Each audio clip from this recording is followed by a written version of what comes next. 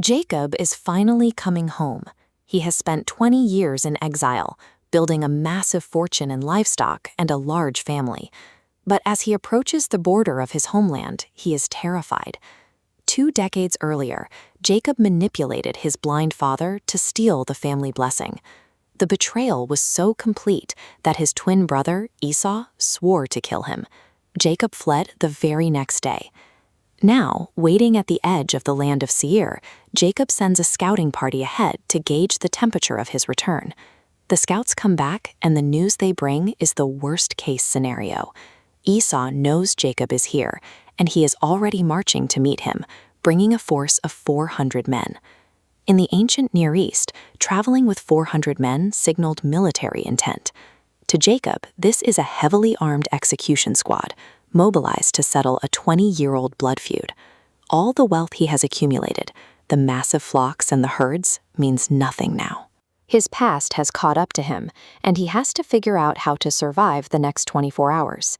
This outlines Jacob's first tactical decision. He begins splitting his entire camp into 2 distinct groups. The logic is grimly mathematical.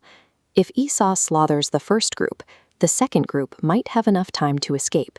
He is actively planning to lose half his family. Next, he constructs a secondary line of defense. He separates hundreds of goats, camels, and cows, organizing them into consecutive waves sent ahead. These are bribes, spaced out deliberately to hit Esau one after another. The strategy is to exhaust his brother's rage with an overwhelming sequence of wealth, dampening the anger before they ever make eye contact. You are watching the desperate calculus of a deeply guilty man.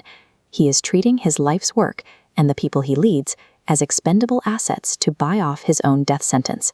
Then the anticipation runs out. Jacob looks at the horizon and sees the dust rising. Esau and the 400 men are walking into view. With the army bearing down on them, Jacob makes one last heartbreaking organizational choice. He arranges his wives and children into a physical human shield, ordered strictly by favoritism. This chart illustrates the harsh reality. The maidservants and their children are at the front line to absorb the impact. Behind them is Leah and her children. At the very rear, the safest position, is his favorite wife Rachel and son Joseph. But after all this cold calculation, Jacob does something unexpected. He steps out from the safety of the formation, walking ahead of his entire family to face the approaching army alone. As he closes the distance between himself and Esau, he stops. He bows low to the dirt.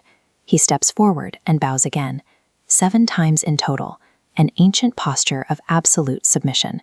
The tactical maneuvers are over. Jacob abandons all strategy and places his own body as the final, fragile barrier between his past sins and the family standing behind him.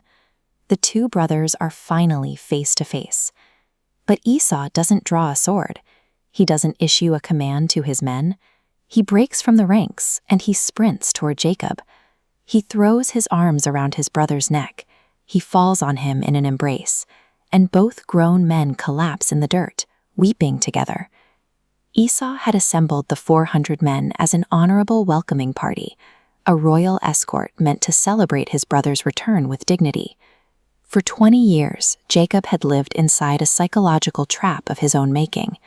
The immense, unresolved guilt of stealing the blessing had weaponized his imagination. He had turned his brother into a monstrous projection of his own shame. The deepest, most agonizing fortresses of fear and anticipation, built over 20 years of a bitter family grudge, were dismantled in seconds by a single, unconditional act of forgiveness.